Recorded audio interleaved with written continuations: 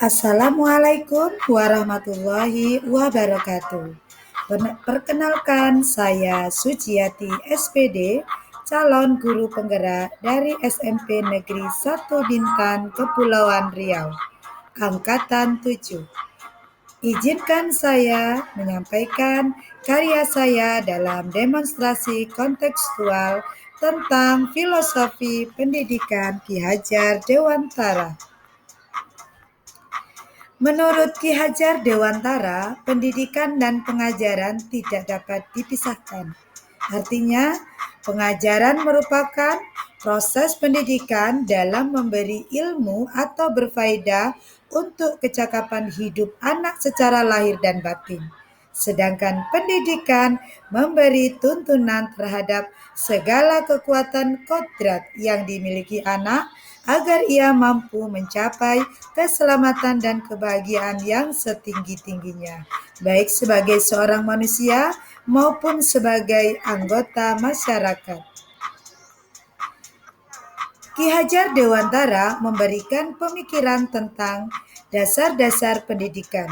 Menurut Ki Hajar Dewantara, pendidikan bertujuan untuk menuntun segala kodrat yang ada pada anak agar mereka dapat mencapai keselamatan dan kebahagiaan yang setinggi-tingginya, baik sebagai manusia maupun anggota masyarakat. Peran pendidikan diibaratkan seorang petani atau tukang kebun yang tugasnya adalah merawat sesuai kebutuhan dari murid-muridnya itu agar tumbuh dan berkembang dengan baik. Tentu saja beda intelektual dan karakter, beda perlakuannya. Kemudian peran pendidik juga berorientasi pada anak. Artinya bahwa kita seorang pendidik harus bisa melayani segala bentuk kebutuhan metode belajar siswa yang berbeda-beda. Peran pendidik berikutnya dapat menerapkan merdeka belajar.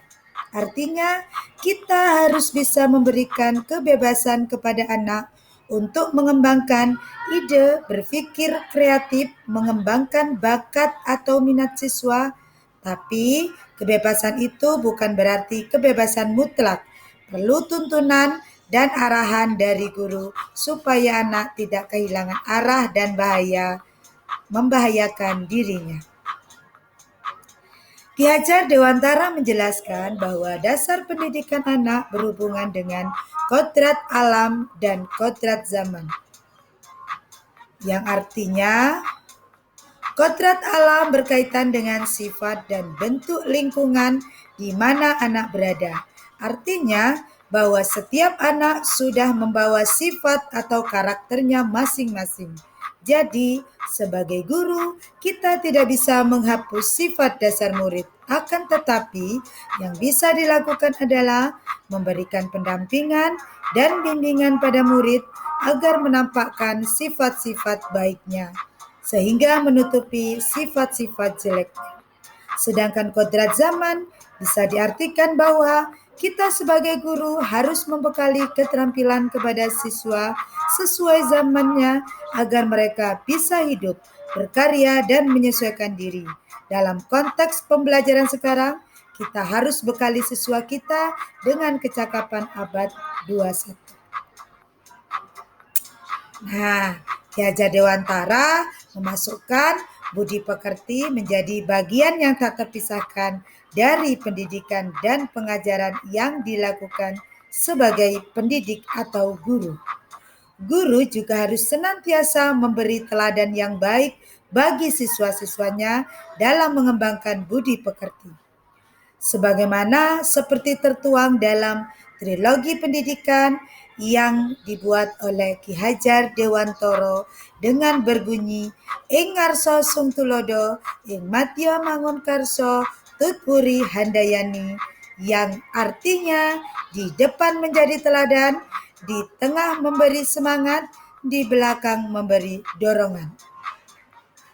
Tidak hanya berhenti di sini saja, tetapi dalam konsep pemikiran Ki Hajar Dewantara juga mengkaitkan sistem pendidikan dan pengajarannya diibaratkan seperti sistem tata surya yang disebut dengan asas trikon, yang mana murid diibaratkan seperti sistem tata surya yang selalu bergerak dalam memelihara kebudayaan.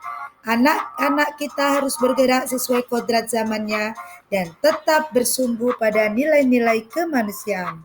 Sedangkan guru ibarat matahari yang membimbing dan menuntun siswa agar bebas berekspresi, berkembang, dan berinovasi sesuai kemampuan masing-masing.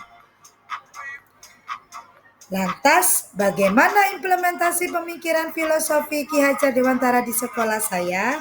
Yuk simak slide berikut ini.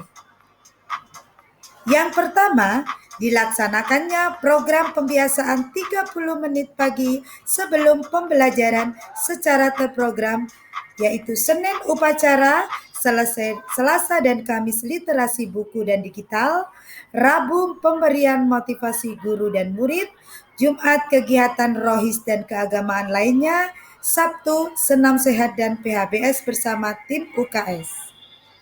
Kedua, penanaman karakter dan budi pekerti dalam proses pembelajaran baik di kelas maupun di luar kelas, bertujuan memberikan penguatan karakter dan budi pekerti murid. Ketiga, telah terlaksananya proses pembelajaran berpusat pada murid, di mana murid diberikan kesempatan mengeksplor kognitif dan psikomotoriknya, baik dalam belajar bersama guru di kelas maupun bersama murid-muridnya. Keempat, diberikannya kesempatan terbuka dan seluas-luasnya kepada murid untuk mengembangkan bakat dan minat melalui ekstrakurikuler, baik akademik maupun non-akademik.